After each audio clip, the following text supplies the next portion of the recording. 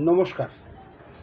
ঈশ্বরের আশীর্বাদে এবং আপনাদের প্রার্থনায় আস্তে আস্তে সুস্থ হয়ে উঠছি। তাও ভালো করে এখন বসতে পারছি না। ডাক্তারবাবু বারণও করেছেন যে বেশি বসা চলবে না। তাও একটু আস্তে আস্তে করে করছি কয়েকটা ভিডিও, যাতে আপনাদেরও ভালো লাগে, আমারও ভালো লাগে, আমার এনগেজমেন্টটা বাড়ে। প্রথমে কোশ্চেন করেছেন চন্দ্রা বাসু, তিনি অনেকদিন ধরেই কোশ্চেনটা করেছেন, আমি মিস করে গেছিলাম, উত্তরটা দিতে পারিনি। তা ওনার কোশ্চেনটা বেশ ভালো। উনি যেটা জানতে চেয়েছেন, আমার একটা ফ্ল্যাটে ভাড়া দেওয়া আছে, leave and licensee agreement for last 4 years, this year 5th year হবে, তো 5 ইয়ার হয়ে গেলে কি দেয়া উচিত নয়? টেনেন্ট এমনি ভালো, টাকাও ঠিকঠাক দেয়, স্যার কি করব প্লিজ একটু জানাবেন।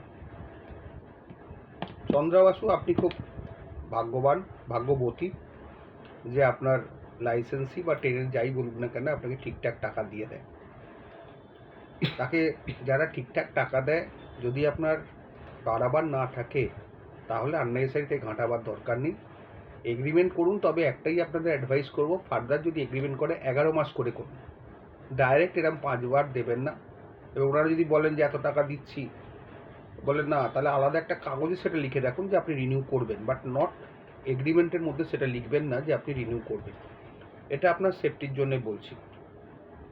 কিন্তু ভাড়া যদি আপনার ধরুন রেসিডেন্সিয়ালের ক্ষেত্রে কেএমসি বা এইচএমসি এরিয়া হয়, তাহলে 7,000 টাকা বা তার উপরে হয়ে গেলেই আপনার ওয়েস্ট বেঙ্গল প্রিন্সটনের অ্যাক্ট থেকে বেরিয়ে যাচ্ছে, অটোমেটিক্যালি লিভ অ্যান্ড লাইসেন্সি হয়ে যাচ্ছে। আর যদি কমার্শিয়ালের ক্ষেত্রে 10,000 টাকার বেশি হয়ে যায়, তাহলেও কিন্তু টেনেন্সির স্কোপ থেকে বেরিয়ে যাচ্ছে, লিভ অ্যান্ড লাইসেন্সি হয়ে যাচ্ছে। সুতরাং এক্ষেত্রে আপনার কোনো চিন্তা নেই। আপনি যেটা করতে পারেন যে ফার্দার ওইভাবে 5 বছর না দিয়ে 11 মাস করে করুন, সেটা বেটার হবে। ওখানে রিনিউয়াল ক্লজ কিছু দেবেন না। আর সেখানে আপনি অ্যাডভান্স লিখতে পারেন, অ্যাডজাস্টেবল অ্যাডভান্স লিখতে পারেন, বা ইন্টারেস্ট ফ্রি সিকিউরিটি ডিপোজিট লিখতে পারেন, সেটা নিতে পারেন, তাতে কোনো বার নেই। আর যদি দেখেন লাইসেন্সই ভালো আছে, আননেসেসারি কী দরকার আছে ঘাঁটাবার, ভাড়া বাড়াবার থাকলে বা লাইসেন্স ফি বাড়াবার থাকলে সেটা বাড়ান। আর রেন্ট রিসিপ্টটা ইস্যু করবেন না, ওটাকে লাইসেন্স ফিজ হিসেবে দেবেন। বা সবথেকে ভালো হয় যেটা, আপনি যদি একেবারেই এগ্রিমেন্ট 11 মাসের টাকা একবারে নিয়ে নেন, অনেকে দিতে পারে অনেকে পারে না, সেটা নিয়ে নিন, তারপরে আলাদা করে কাগজ দেওয়ার দরকার নেই, agreement itself is a receipt, ওইভাবে করে নিতে হবে। এবং যখন বলছেন যে অসুবিধা নেই, তখন আননেসেসারি কিছু করারও দরকার নেই। আর 5 বছরটা হলে অসুবিধে একটা অন্য জায়গায় আছে, সেটা আমি আজকে ডিসকাস করব না।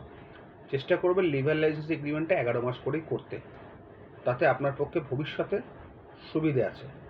আর 11 মাসের বেশি করে করলে করা যায়, যায় না যে তা নয়, সেটা লিজের মধ্যে চলে যায়, তখন মামলা করতে গেলে কিছু অসুবিধে আছে। যাই হোক, সেটা এখন পরিস্থিতি নয় বলার, এবং সেটা আপনার জিজ্ঞাসাও নয়। আপনি যেটা আছে সেভাবেই করুন। আশা করি বোঝাতে পারলাম। সুতরাং চিন্তা করবেন না, এগিয়ে যান, আমরা তো আছি।